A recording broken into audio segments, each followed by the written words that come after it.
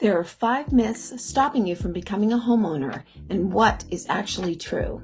This is Debbie Crane with eXp Realty and talking about some of the myths that people think of when they think about buying a home, buying their first home.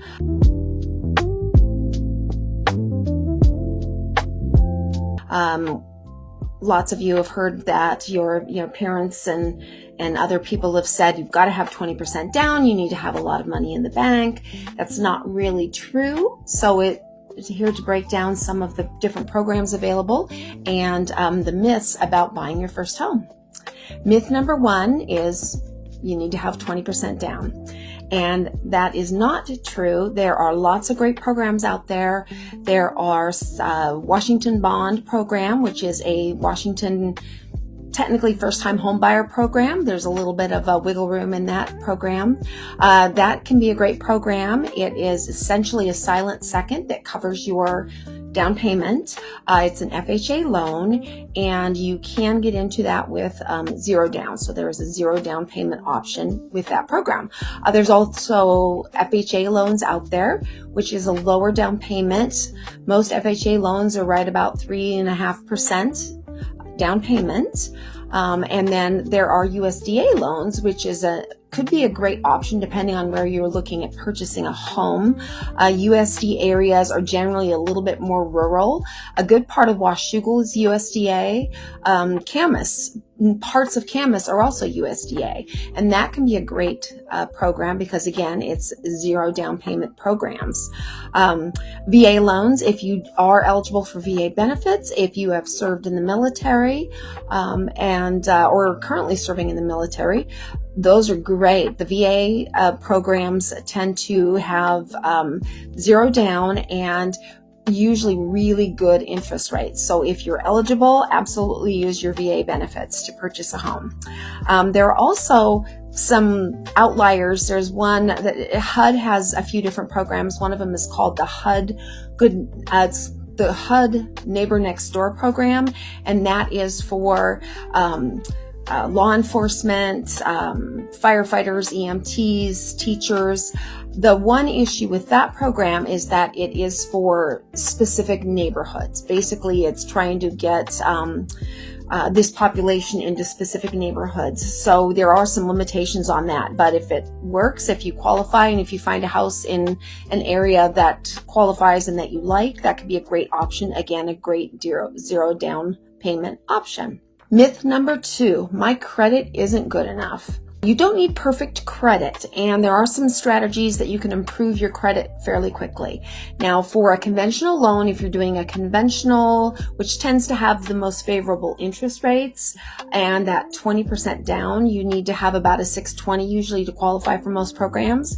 If you're qualifying or if you're applying with one of the FHA programs, which is the Washington Bond and a lot of these first-time home buyers zero down programs, you can get by with as low as a 580. That traditional FHA is a 580 credit score. Again, you may need a little bit higher for different programs. The best thing to do is to talk to a lender at the very beginning of this process, figure out what your credit score is, what that looks like in terms of interest rates, and even if you can raise your credit score just a little bit, that can make a big difference in the interest rate that you will qualify for and the amount of house you can afford. So it's important to do that. A 740 or higher credit score gets you the lowest interest rates.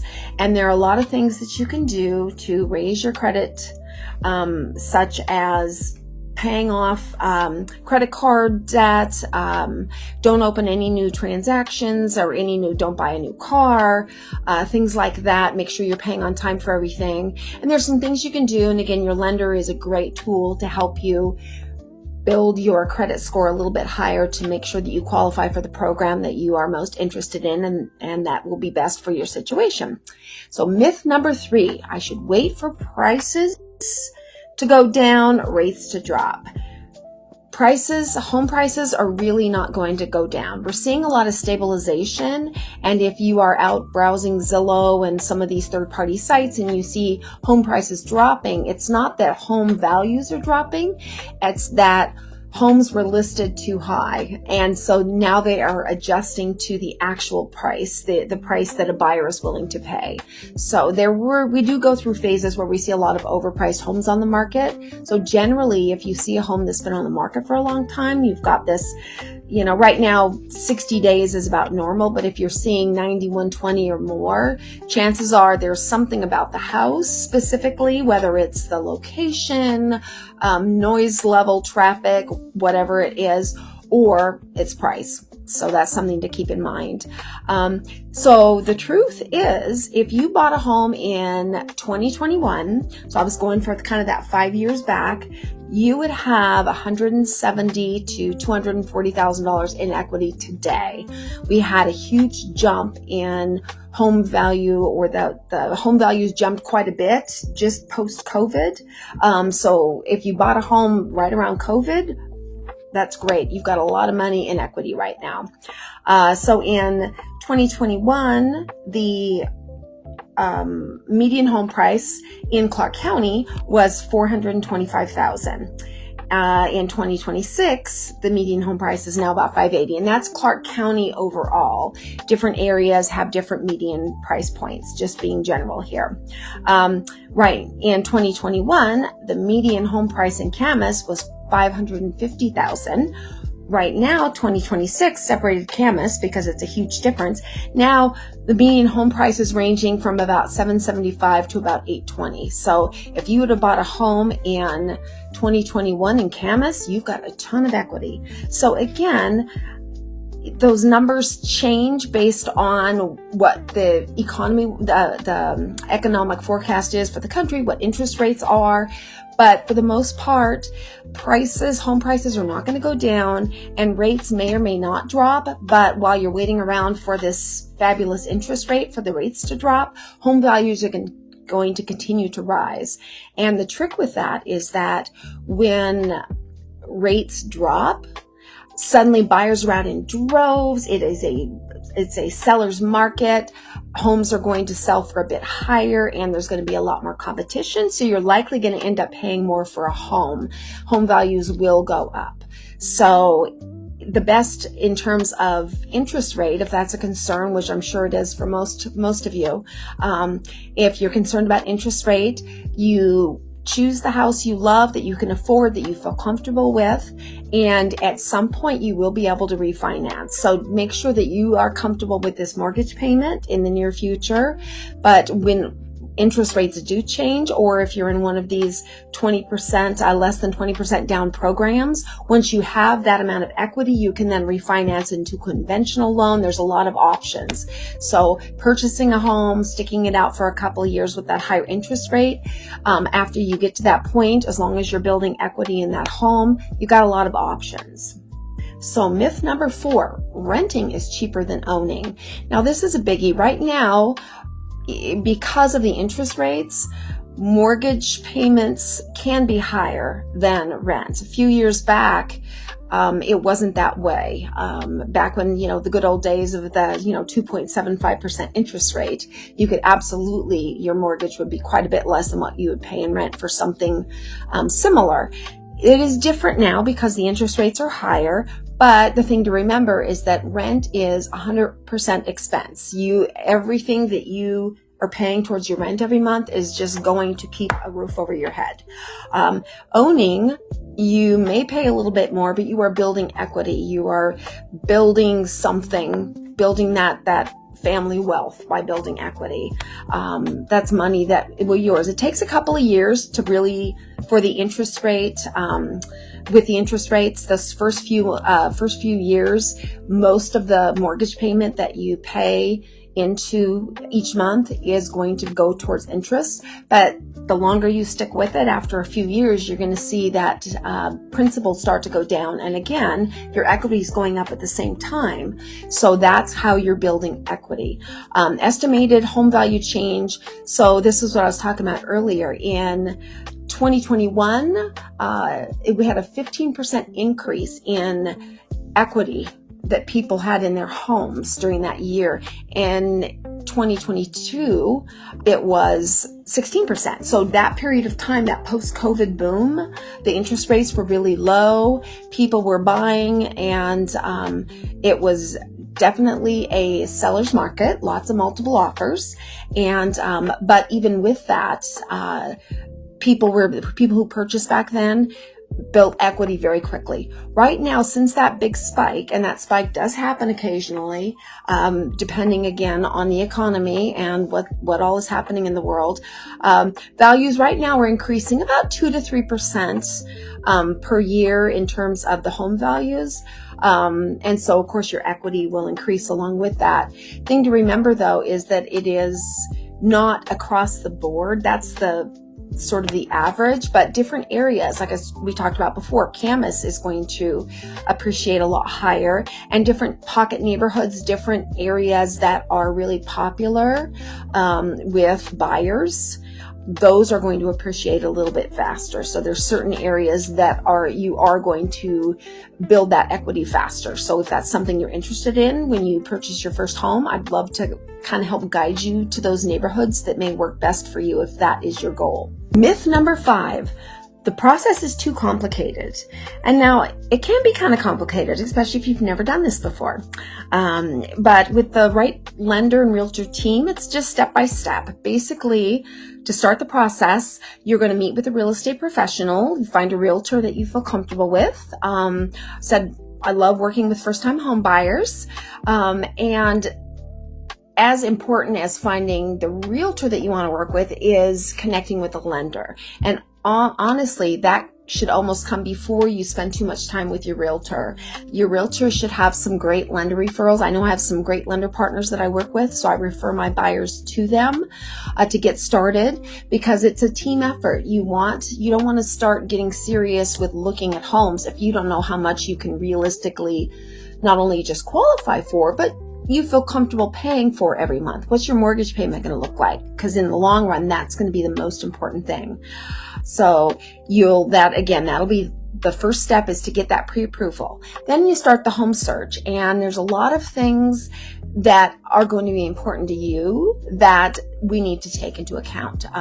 It may be area, it may be commuting, if you commute into Portland or somewhere further up north. So commuting distance may be really important to you. If you've got kids, or you planning on having kids, school districts are probably really important. You may be somebody who likes living out a ways, no close neighbors. That's something to keep in mind. You may like to be able to walk everywhere. You want to be able to walk to the park and the grocery store and your kid's school. That's a different neighborhood. So it's important to figure that out, what's important in terms of area, and then what's important in a house. And again, especially with first-time home buyers, your first house is not likely going to be your forever house. So what are the things that are most important? And you can't change location. So I think honing down on the area that you really would like to be in is most important first. Then figure out what house fits your price range in that area. Because again, the area you can't change. The house, you can do some tweaks. So then it's going to come down to how many bedrooms do you need? Do you have to have a 4-bedroom house, or can you get away with 3 for the next few years? Does it need to have a 2-car garage? What kind of yard is important to you? Those types of things. Updates and things like that. It's great to just move in and feel like you're at home. But sometimes in terms of first-time home buyer, and if you're on a budget, if you are open to doing some cosmetic updates, some minor kitchen updates, remodels, maybe you hate carpet. Well, you know what? Move in, down the line, pull the carpet out, put in the floor you love. So things like that. And again, not only is that going to make it the home that you really want and love, but it's also going to help build value in your home, making those little improvements. You don't need to do it all the first year. You can do it over time. So that's something to keep in mind. Once you find a home that you're madly in love with, and we make an offer and then it is accepted, then we go into escrow. And with escrow, that is when you will put down earnest money. And again, haven't talked about that yet. That's a whole different conversation. But even if you're doing a 0 down payment program, you need to have some money for closing costs. So there will need to, you have funds available to put down a earnest money deposit, which is usually 1% of the purchase price. And that will go towards all of your closing costs. That doesn't disappear. It'll be held in escrow. And, but again, depending on the home that you purchase and how long it's been on the market and how competitive that area is, a lot of times, especially if you're using a first-time homebuyer program, we can ask the seller to provide a concession to help cover most or all of your closing costs. So again, something to keep in mind if you don't have a lot in pocket. Now, once you're pending and in escrow, the first thing we want to do is get that home inspection done. We get through that, and again, that's a whole different conversation, but it's making sure that the home is in good condition, that there are no major health and safety issues. There's going to be stuff that's wrong with it. It's a used house. There's going to be some things that you're going to need to do. Some of it may come up in the home inspection that's a little more serious, and that may take some further negotiation with the seller for repairs or more credit and concessions. Or it could just be you just plan on, once you close and move into the home, you just spend a weekend at Home Depot and get some projects done. And while you're pending, there's also an appraisal. Your lender will ask for an appraisal. You usually do pay for that. Again, depending on the price and the lender, sometimes they'll write it in. Usually right now, as of now, 2026, about $800 or so for an appraisal. And that is so that the lender feels comfortable that the home that you're purchasing is worth the amount of money that they are loaning for that home. So that's the important thing. And then different contingencies are going to be things, again, like the home inspection contingency. If you love a home, we show up, and the home inspection and the contingency, the home inspection is super scary, you can back away and get your earnest money. If the home does not appraise for the value that you've offered to pay and we can't reach an agreement with the seller, you walk away with your earnest money. So your earnest money is protected towards the end, until the end. And then preparing for closing, which is super exciting. You make sure you switch all the utilities into your own name, and there'll be a ton of your lenders going to be after you constantly for updated pay stubs and all sorts of things. And the one thing I tell buyers is as soon as you start looking, don't spend any money. Don't put any major charges on your credit card. Don't go out buy a new car. Don't co-sign with anybody for anything. This is not the time to do that. So wait until you close. I know that, Home Depot may be having a great deal on flooring, but don't buy the flooring before you've closed on the home. And then once you close on the home, you sign all those documents and you get the keys. It's the best feeling ever. So again, kind of breaking it down, that's steps to buying a home. You talk to the lender, you get pre-approved. We do a home search, which can be a lot of fun. Usually I ask buyers to hit a lot of open houses, because open houses is a great way, even if they're not your dream house or your dream neighborhood, it's a great way to check out different neighborhoods, and also in seeing all these different homes, get a feel for what you like and you don't like. We make the offer, there's the negotiation, and then the closing.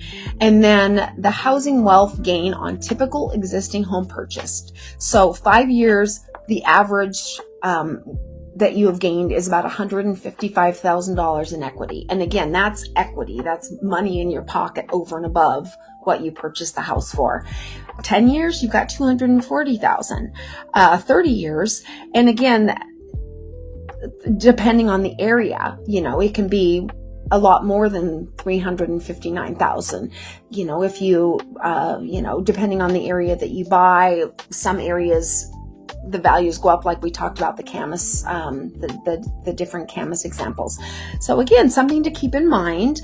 If you are interested in just getting some questions answered, if you're curious about the process, I would love to chat with you. I said I work with a lot of first-time home buyers, and I also have some great lender partners who can guide you towards the loan program that's going to work best for your situation.